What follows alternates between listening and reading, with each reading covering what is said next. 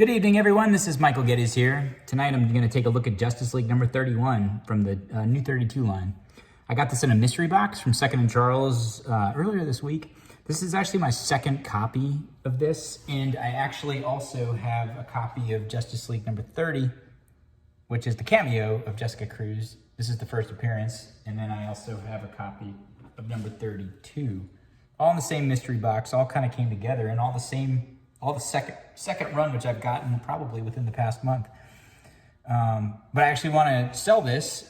This is going to be on eBay here in the next couple of days, and I'll have the 3 as a pack. I'm going to start off the buy it now at 60. If you subscribe to the channel, I will give you 10% off. So all you have to do is message me, or either through YouTube or eBay, and just let me know you're a subscriber. If you're going to buy it, I'll give you 60% off, or I'll give you 10% off. Sorry, 60%. That'd be a good deal. So, a couple of flaws with this one as far as condition. I don't know if you can see it, but there are some spine ticks. See if I can use the light here to point them out. None of these in number 31 are color breaking. There's about 4, and it's just kind of like, you know, bad book binding, I guess, which is a little bit of a shame. Again, none are color breaking. There is something here at the bottom that's more like a dent, kind of pointing to it right here. It's really hard to see probably on camera. You can kind of see where it's got a little bit of a dent. The dent goes through a little bit of the first page, and I think goes into the second page, but eventually it kind of tapers off. Yeah, actually it's just in the first page. The second page got a little tiny bit of a lip, nothing major at all. So not a perfect book, great cover.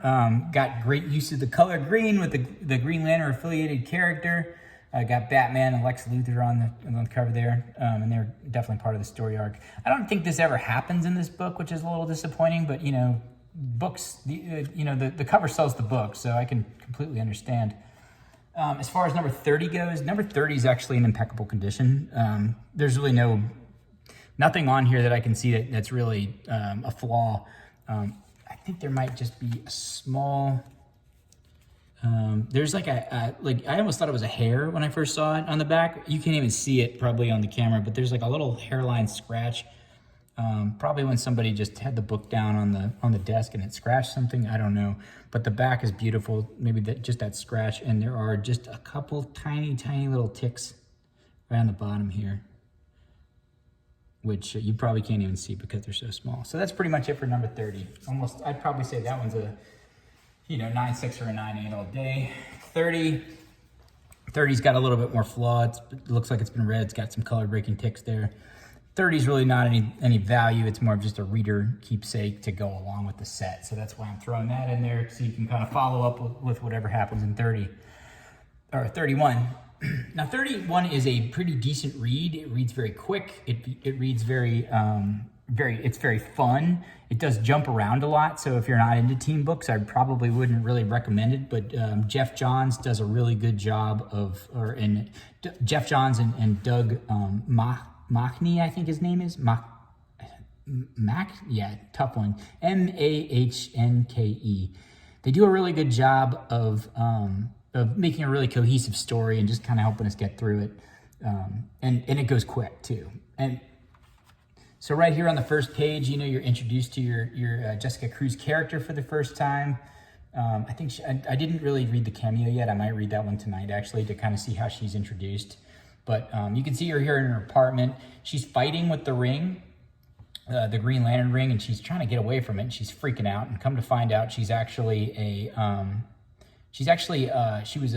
somebody who was left for dead in an assault, and she got away.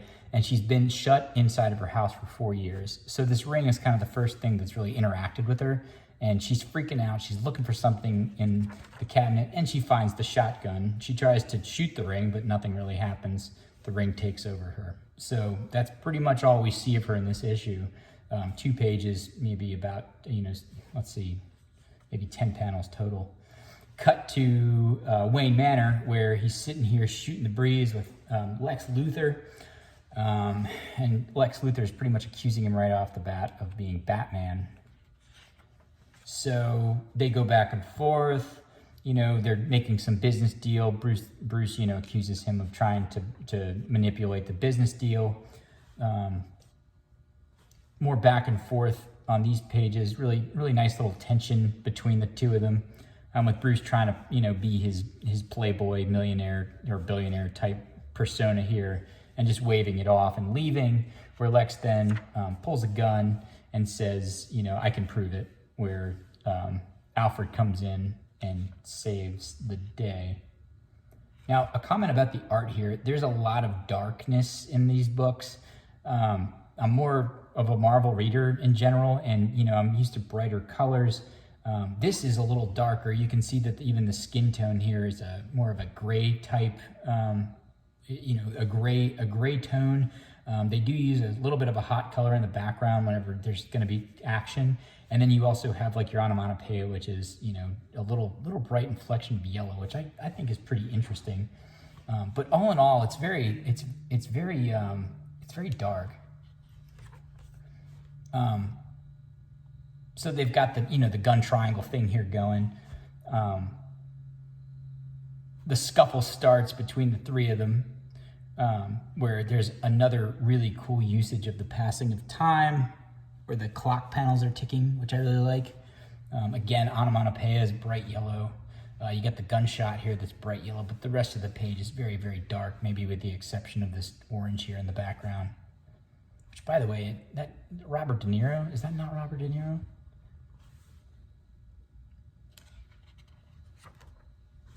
And I did have something to say about this page.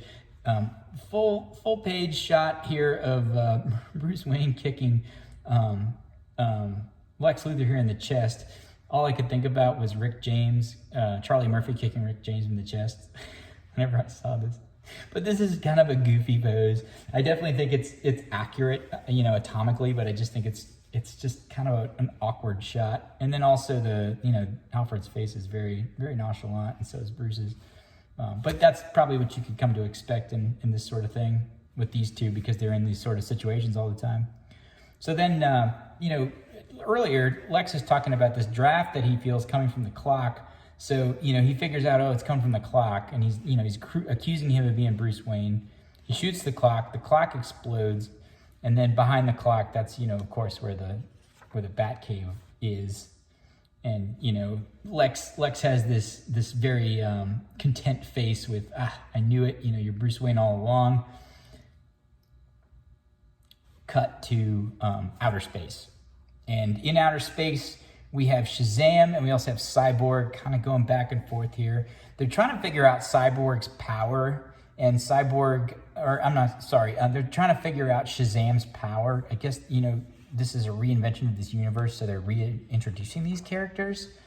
And then here comes, you know, Shazam, and then they're talking about how much he wanted a ping pong table, and then there's the ping pong table. So a little bit of humor there. Shazam is very, you know, childlike and, you know, whimsical. Cut to the Daily Planet, and this is a character I'm not familiar with. This is a character called Mr. Cold.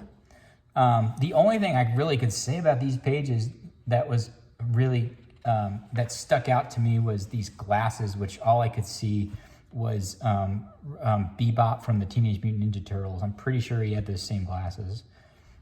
And really, like, I don't really know much about if this character is somebody who exists inside of this universe, so I didn't really pay too much attention to him.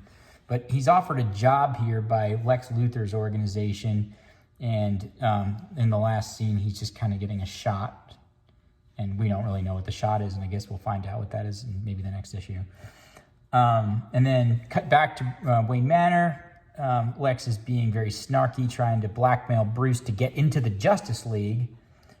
Bruce, you know, doesn't want anything to do with him. He starts going to this metaphor on the next page of this frog that let the scorpion go on his back, which oh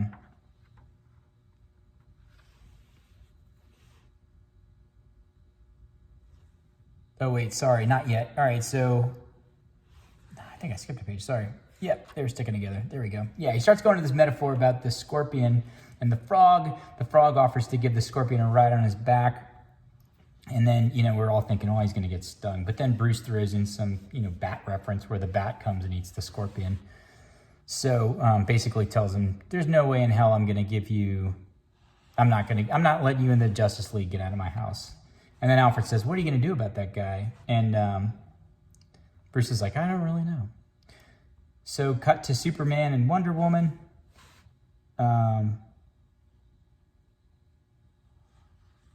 They are looking for the detonation of Emerald Energy that came outside of Portland, Oregon. So they're looking for Jessica Cruz. And here she is once again. And actually, sorry, I completely made a mistake earlier. That was not the only page with her. This is her coming into fruition as a heroine with the ring.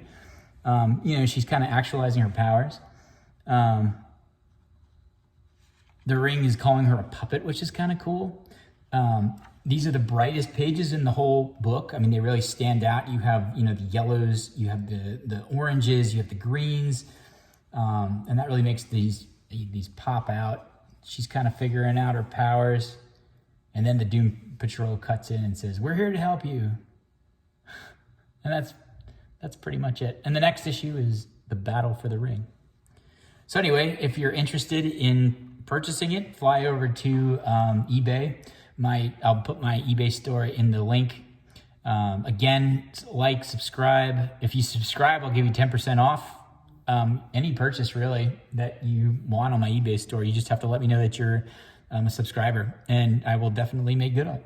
So anyway, I hope you all have a good weekend. I hope the Halloween trick-or-treating is just as good as is for us. Take care.